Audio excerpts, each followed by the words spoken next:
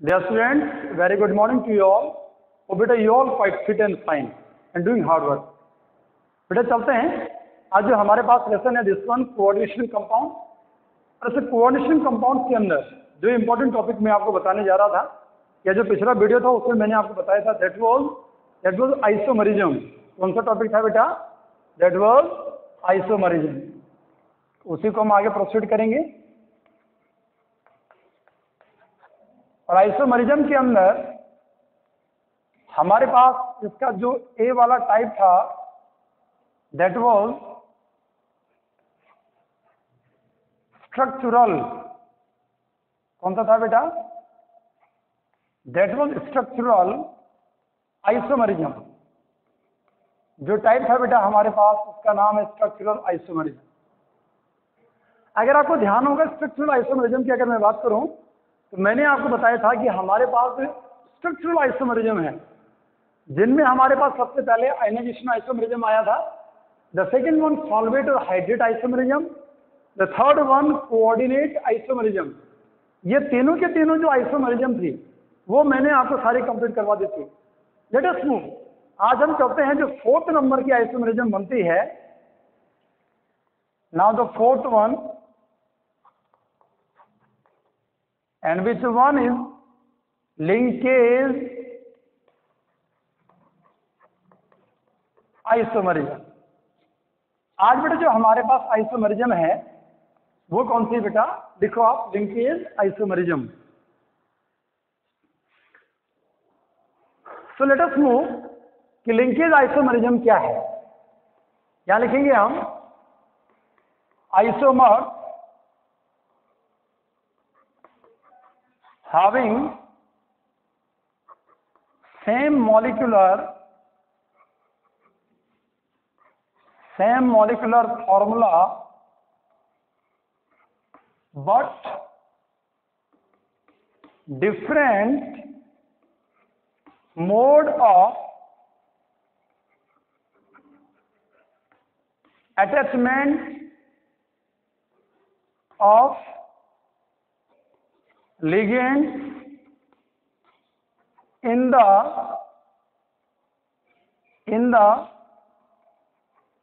complex compound. ध्यान से सुनिए बेटा कि जहां पे मॉलिक्यूलर फॉर्मूला सेम है लेकिन जो लिगेंड है उस लिगेंड का जो अटैचमेंट है वो डिफरेंट हो जाता है. Different mode of attachment of ligand in the complex compound. और हम लिखेंगे such type of isomerism is shown by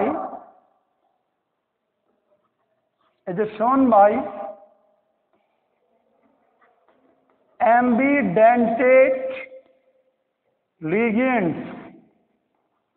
जितने भी एम्बिडेंटेड लिगेंड्स होते हैं बेटा वो इस टाइप की आइसोमरिज्म को क्या करते हैं? शो करते हैं. कौन से वाले बेटा? Ambidentate ligands. एम्बिडेंटेड लिगेंड्स कौन होते हैं? जो इधर साइड से सेंट्रल मेटल एटम और आयन से अटैच हो सकते हैं. जैसे मान लो बेटा मैं लिखता हूं यहाँ पे Cn नेगेटिव आयन और यहां लिख दिया NC नेगेटिव आयन. तो यहां लिखेंगे बेटा दिस वन साइनाइडो C और इसे लिख दिया साइनाइडो N. ध्यान देंगे बेटा ये अपने आप में एम्बिडेंटेड लिगेंड है.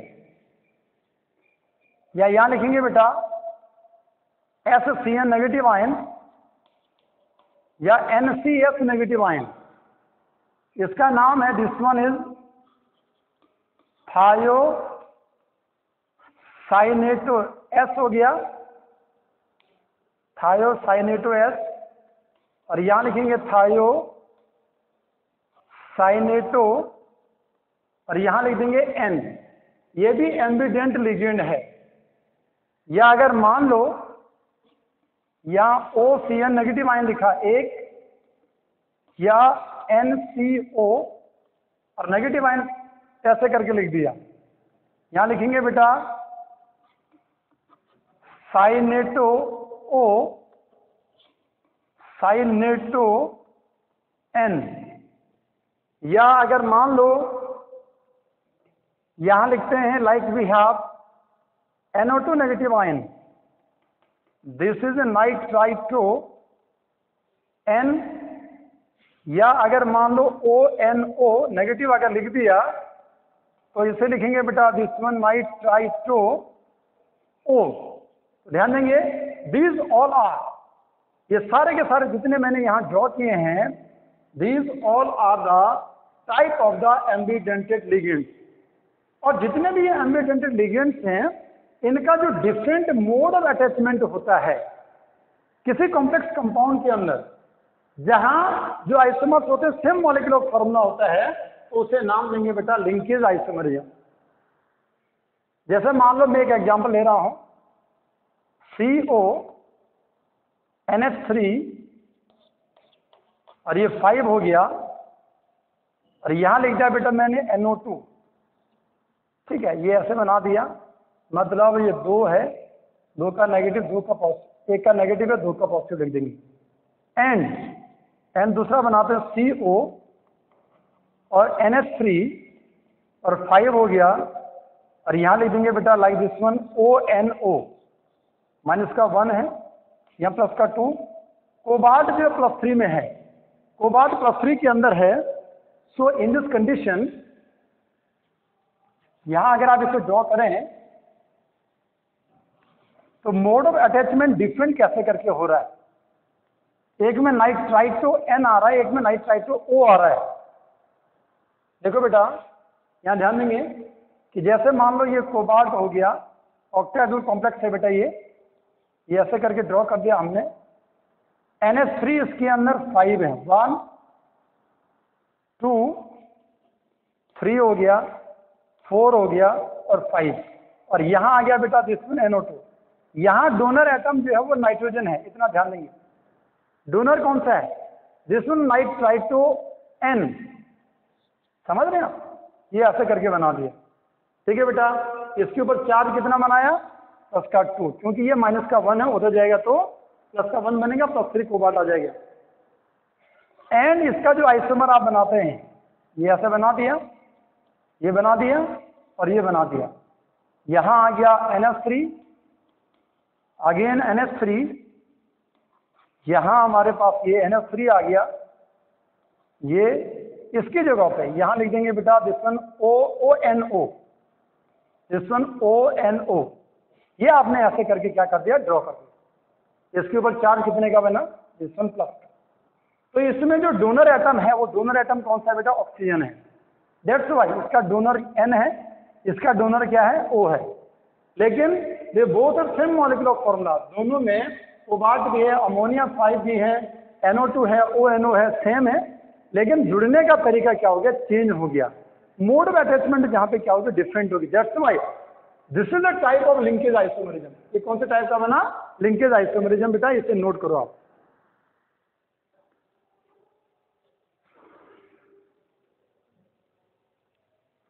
नाउ बेटा इसके बाद 5th नंबर जो बनेगा उसे लिखिए कोऑर्डिनेशन पोजीशन आइसोमरिज्म।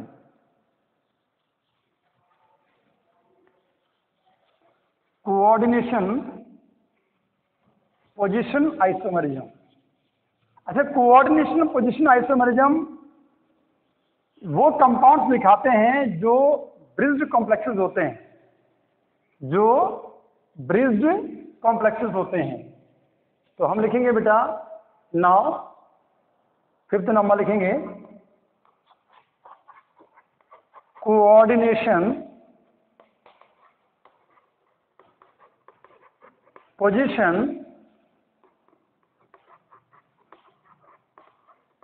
आइसोमरिज्म लिखेंगे, या isomers,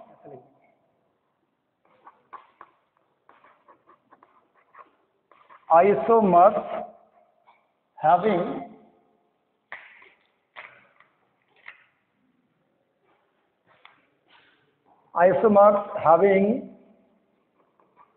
same molecular formula, but different mode of placement of ligand. Ligand का जो प्लेसमेंट होता है कॉम्प्लेक्स में वो क्या होता है, डिफरेंट होता है, and the type of isomerism is shown by bridged complexes. ऐसे कॉम्प्लेक्स जो ब्रिज कॉम्प्लेक्सेस होते हैं.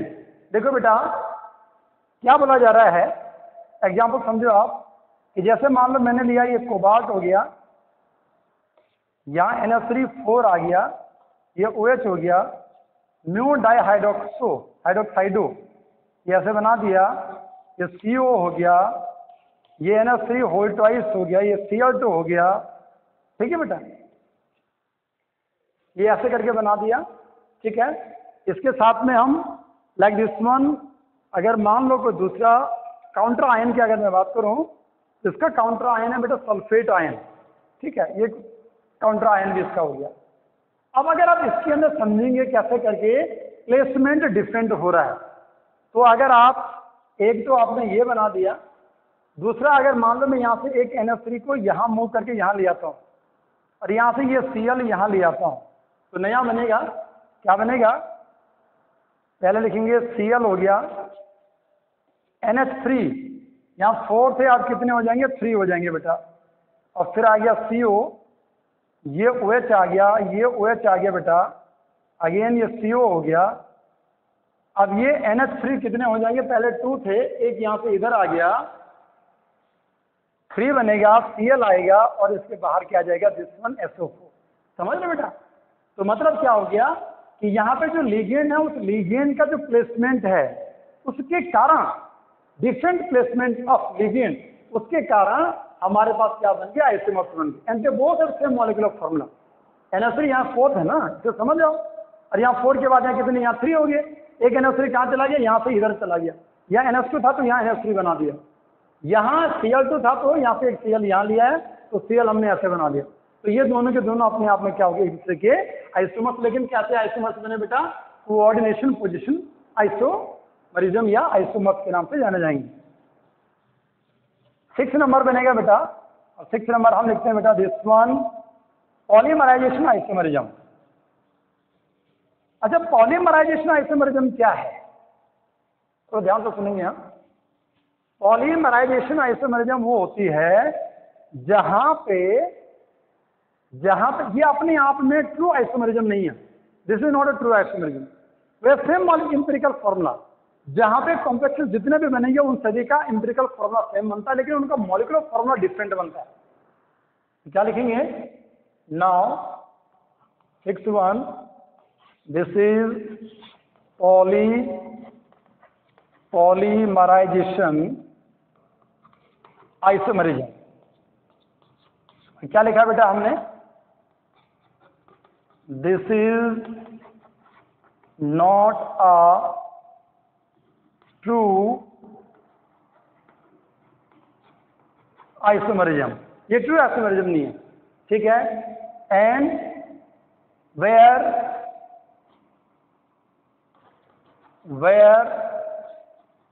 Same empirical formula but different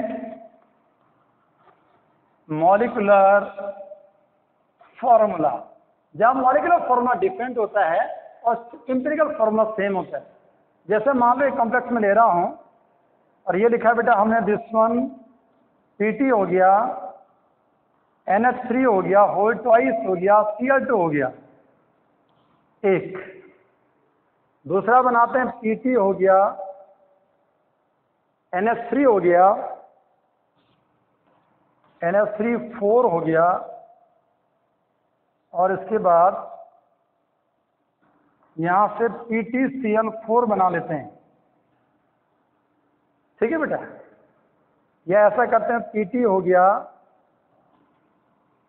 NH3 thrice हो गया, और यहाँ पे होल ट्वाइस हो गया, Cl भी लिख देते हैं, 4 4 3 और 1 4। ठीक है, और यहाँ लिख देंगे लाइक दिस वन, PtCl4, ये ऐसे करके बना दिया बेटा। ठीक है, ध्यान देंगे आप। यहाँ हमारे पास क्या क्या है, प्लेटिनम है, यहाँ हमारे पास अमोनिया है, और यहाँ क्लोरीन है। अगर प्लेटिनम, अमोनिया और क्लोरीन अमाइन जो है, इनका रेशो अगर देखें बेटा, तो यहाँ रेशो बना 1 रेशो, अमोनिया कितना है 2, Cl कितने हैं 2, तो 1 रेशो 2 रेशो 2 बना। यहाँ जो रेशो बनेगा ये कितना आ गया, प्लेटिनम ये 2, एक और एक है, कितना हो गया 2 हो गया। ठीक है, इसके बाद NH3 कितना होंगे 4, तो 4 के रेशो में आ गया, और Cl कितने 4 हैं, तो ये 4 का रेशो यहाँ पे बना दो, जिसको सिंप्लीफाई करेंगे। ठीक है, इसको अगर मैं सिंप्लीफाई करता हूं तो ये आएगा 1 रेशो 2 रेशो कितना बनेगा 2 बनेगा। सेम एम्पिरिकल फॉर्मूला क्या बन गया, सेम बन गया। अगर यहाँ देखें आप, प्लेटिनम कितना है 2 ये बन गया, 1 ये बन गया 3, ये प्लेटिनम 3 हो गया, देखो 2 से मल्टीप्लाई किया तो 2 और 1 ये हो गया, कितने हो गए 3, NH3 कितना हो गया 3 दूना 6, ये 6 हो गया, Cl कितने हो गए 2 और 4 तो 6, कितने हो गए 6 हो गए। जिसे सिंप्लीफाई करो तो 1 रेशो 2 रेशो कितना हो गया 2 हो गया, 1 रेशो 2 रेशो 2 ऐसे करके आपने तैयार किया। इसका मतलब क्या हुआ तो समझेंगे आप। यहां देखो, they all have same empirical formula. अगर मैं यहां लिखूं तो ये क्या चीज है बेटा, दिस वन इंपेरिकल फॉर्मूला। ये क्या चीज निकाली बेटा, दिस वन इंपेरिकल फॉर्मूला। ठीक है, ये भी इंपेरिकल फॉर्मूला है और सेम आ रहा है, और ये जो निकाला ये भी क्या है इंपेरिकल फॉर्मूला, और ये भी क्या आ रहा है बेटा सेम आ रहा है। मतलब मॉलिक्यूलर फॉर्मूला तो आप देख रहे हैं डिफरेंट बन गए, लेकिन इन सभी का इंपेरिकल फॉर्मूला क्या बनता है, सेम बनता है। दैट्स व्हाई ऐसे कॉम्प्लेक्सेस किसके नाम से जाने जाएंगे, पॉलीमराइजेशन आइसोमरिज्म के नाम से जाने जाएंगे। ठीक है बेटा, नोट करो आप इसे।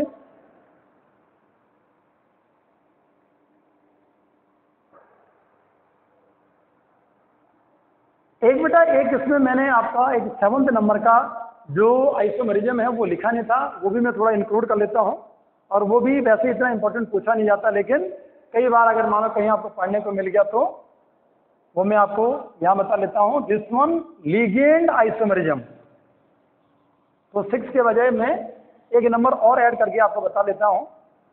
ज्यादा बताने में कोई दिक्कत नहीं है, बहुत सारी चीजें आपको बताई जाए तो भलाई है। लिगेंड आइसोमरिज्म, अच्छा लिगेंड आइसोमरिज्म क्या होती है? लिगेंड आइसोमरिज्म वहां होती है, उन कॉम्प्लेक्सेस के अंदर होती है जहां लिगेंड जो है वो लिगेंड जहां आइसोमेरिक फॉर्म में होता है। जहां लिगेंड जो है वो कौन से फॉर्म में होता है बेटा, आइसोमेरिक फॉर्म में होता है। क्या लिखेंगे बेटा, नाउ 7th नंबर लिखेंगे बेटा, दिस वन लिगेंड आइसोमरिज्म, मतलब this is the type of isomerism in which, अब तो समझ रहे हैं आप, सेम मॉलिक्यूलर फॉर्मूला लिखने की जरूरत भी नहीं, वैसे same molecular formula but ligands are present in the different isomeric form। जो लिगेंड होते हैं वो आइसोमेरिक फॉर्म में होते हैं। अगर लिगेंड आइसोमेरिक फॉर्म में है then this one is called ligand isomerism. किसके नाम से जानी जाती है, ligand isomerism. Let us move, कि जैसे मान लो मैं एक एग्जांपल ले रहा हूं, CH3 CHNH2 and CH2NH2। इसका नाम है दिस वन प्रोपेन 1,2 डाइएमाइन, जिसे कि PN के द्वारा हम डिनोट करते हैं, PN। या एक और चेंज करते हैं, CH2 NH2 CH2 CH2 और NH2। यहां भी लिखेंगे बेटा दिस वन प्रोपेन 1,3 डाइएमाइन, और इसे PN लिखा जाता है बेटा। ये दोनों के दोनों एक दूसरे की आइसोमर्स हैं। एक 1,2 है, एक 1,3 है, सेम दोनों के दोनों एक ही चीज है, लेकिन आइसोमर्स होगी। यहाँ PN हो गया 1,2 डाइएमाइन, यहाँ 1,3 डाइएमाइन बन गया। ठीक है बेटा। अब अगर मान लो मैं एग्जाम्पल की अगर बात करता हूं, ये CO हो गया, PN होल ट्वाइस हो गया, Cl2 हो गया, और इसके ऊपर +1 का चार्ज, ये मैं ड्रॉ कर, एंड इससे बनेगा CO, PN होल ट्वाइस हो गया, Cl2 हो गया, और इसके ऊपर +1 का चार्ज बना दिया। अगर मैं इनको यहां ड्रॉ करूं बेटा, तो मैं इधर बना लेता हूं ड्रॉ करके, क्या बनेगा बेटा,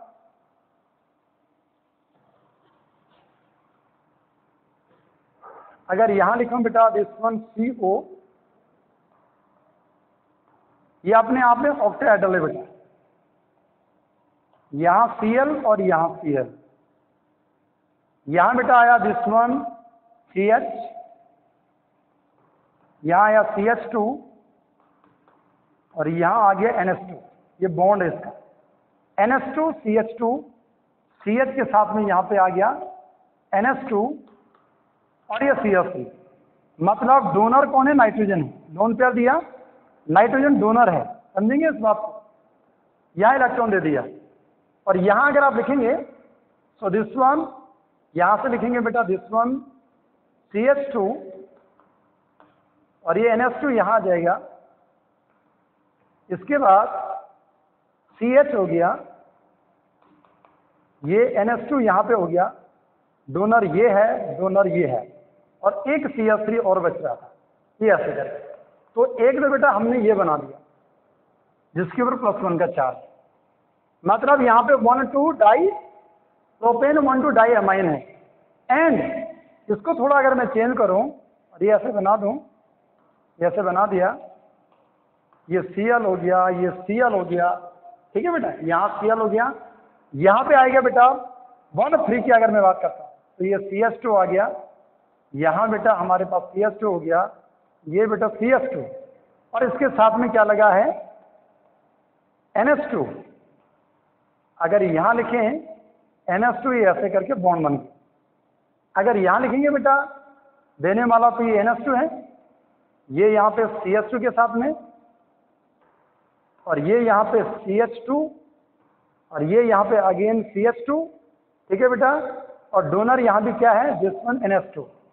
ये ऐसे करके ड्रॉ कर दिया, ये डोनर हो गया। देने वाले तो वैसे ही सारे दे रहे हैं, लेकिन आपको समझना इनको था कि यहाँ पे 1,3 प्रोपेन 1,3 डाइएमाइन है, और इधर वाले इससे पहले वाले में दिस वन प्रोपेन 1,2 डाइएमाइन है, प्रोपेन 1,2 डाइएमाइन। यहाँ PN था, यहाँ TN है, this one PN and this one TN। करो नोट करो बेटे।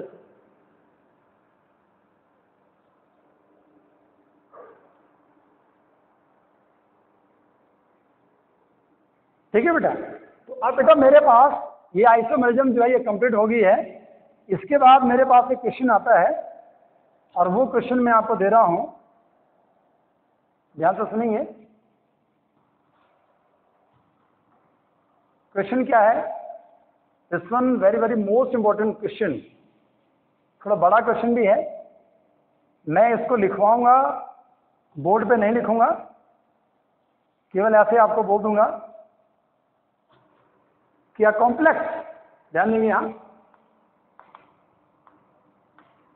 Complex having formula CO NH3,4Cl2Br having tendency to form two isomers A and B। इसने दो आइसोमर्स बनाए। यानी ही isomer A react with silver nitrate to form white precipitate and which is soluble in aqueous ammonia.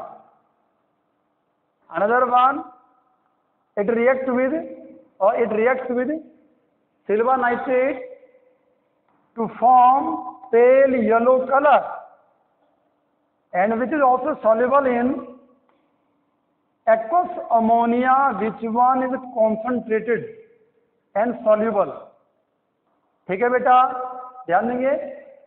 हमारे पास ये compound है, इसके अंदर व्हाइट प्रेसिपिटेट बना, येलो प्रेसिपिटेट बना सिल्वर नाइट्रेट से रिएक्शन करने के बाद एक्वस अमोनिया में दोनों के दोनों क्या हो रहे हैं, सॉल्युबल हो रहे हैं। ठीक है, यहां लिखेंगे draw the formula of isomer A and B। ठीक है, ए और बी दोनों के दोनों क्या है बेटा, बोथ आर आइसोमर्स है बेटा। And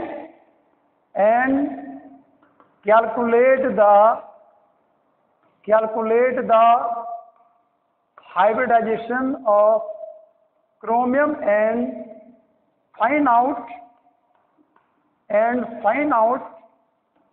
spin magnetic movement. इतना बड़ा क्वेश्चन है और ध्यान से सुनो, है कुछ भी नहीं। ये कंसेप्ट क्या है, क्वेश्चन तो बड़ा आपको दिखने में लग रहा है लेकिन फटाफट ये कंप्लीट हो जाएगा। भाई अगर मान लो हमारे पास यहाँ पे ये कॉम्प्लेक्स है, तो इस कॉम्प्लेक्स से अगर मान लो टू डिफरेंट क्या बन रहे हैं, कलर बन रहे हैं। ठीक है बेटा, तो क्रोमियम, सॉरी ये कोबाल्ट नहीं था, this one chromium, instead of this one chromium. तो ये जो क्रोमियम है, इस क्रोमियम को आपने देखना कि क्रोमियम के अंदर मैक्सिमम जो कोऑर्डिनेशन नंबर बनेगा वो 6 का बनेगा। अगर क्रोमियम +6 में आती है तो यहाँ से जो 2 आइसोमर्स बनेंगे, मतलब क्या क्या बन सकते हैं बेटा, इसका अगर मैं आंसर आपको बताऊं तो यहाँ से बनेगा Cr हो गया, NH3 हो गया, और अगर मान लो Cl हो गया, और साथ में अगर मान लो मैंने Br अंदर ले लिया और एक Cl को मैं बाहर ले आता हूँ, तो इसे मैं बोलूंगा दिस वन आइसोमर ए, क्योंकि सिल्वर नाइट्रेट के साथ में ये व्हाइट प्रेसिपिटेट दे रहा है। अब अगर मान लो मैं इस कंपाउंड की रिएक्शन किससे करवाता हूँ बेटा, सिल्वर नाइट्रेट के साथ में करवाता हूँ, तो सिल्वर नाइट्रेट से करवाएंगे तो AgCl यहाँ से बाहर निकलेगा। मतलब AgCl का क्या बन गया बेटा, देखो व्हाइट प्रेसिपिटेट जो बनना था वो सिल्वर क्लोराइड का बना था।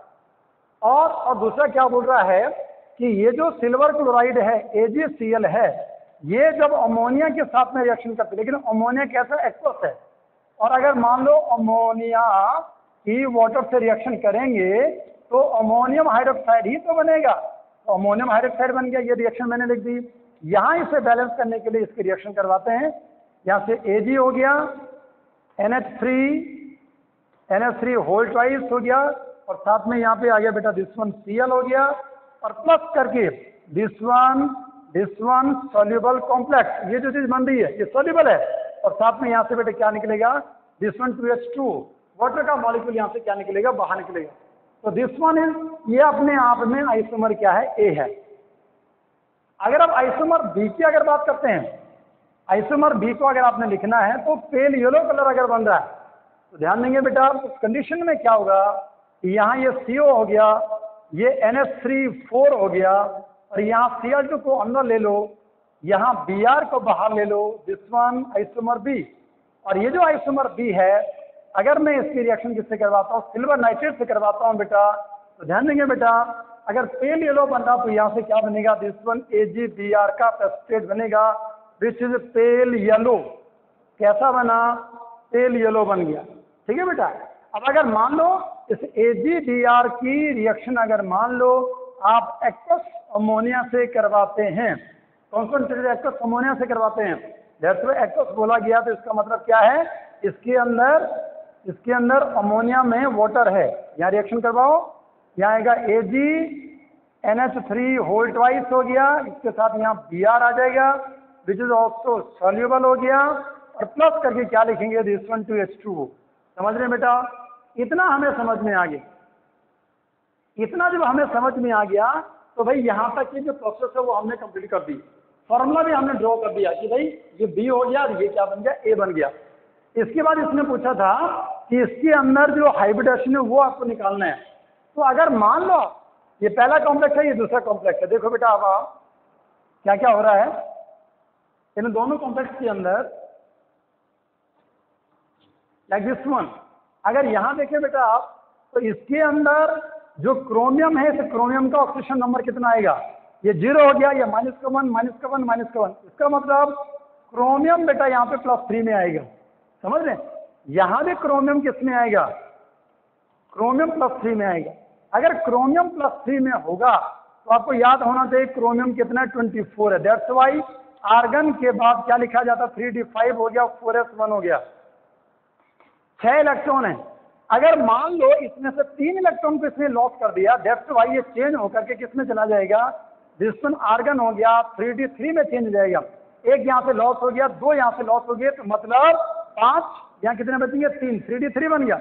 और मैंने आपको कंसेप्ट दिया था, अगर आपको याद होगा, मैंने आपको बोला था कि इट डजेंट मैटर कि भाई अगर मान लो d3 इलेक्ट्रॉनिक कन्फिगरेशन कभी भी बनता है तो इससे कोई लेना देना नहीं है कि हमारे पास लिगेंड स्ट्रॉन्ग फील्ड है या वीक फील्ड लिगेंड है। ये हमारे पास क्रोमियम का कोऑर्डिनेशन नंबर 4, 5, 6, ये स्ट्रॉन्ग है जबकि ये दोनों वीक है, इससे कोई लेना देना नहीं। अगर d3 इलेक्ट्रॉनिक कन्फिगरेशन हो तो सीधे याद करके क्या लिखेंगे, d2 sp3 इलेक्ट्रॉनिक कन्फिगरेशन। ये सिखा रखा मैंने आपको, बैलेंस बॉन्ड थ्योरी सीएफटी के अंदर सारी यही डिस्कशन हुआ था बेटा।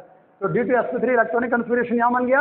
अब आपको क्या निकालना है, इसका म्यू निकालना है। अगर d3 अगर बोला जा रहा है, दैट्स वाई n बराबर कितने आ गए, n पर इलेक्ट्रॉन 3 आ गए, दैट्स वाई म्यू निकालने के लिए क्या करेंगे, n हो गया n+2, this one Bohr magnetron, that's why mu बराबर क्या आएगा आपका 3 हो गया।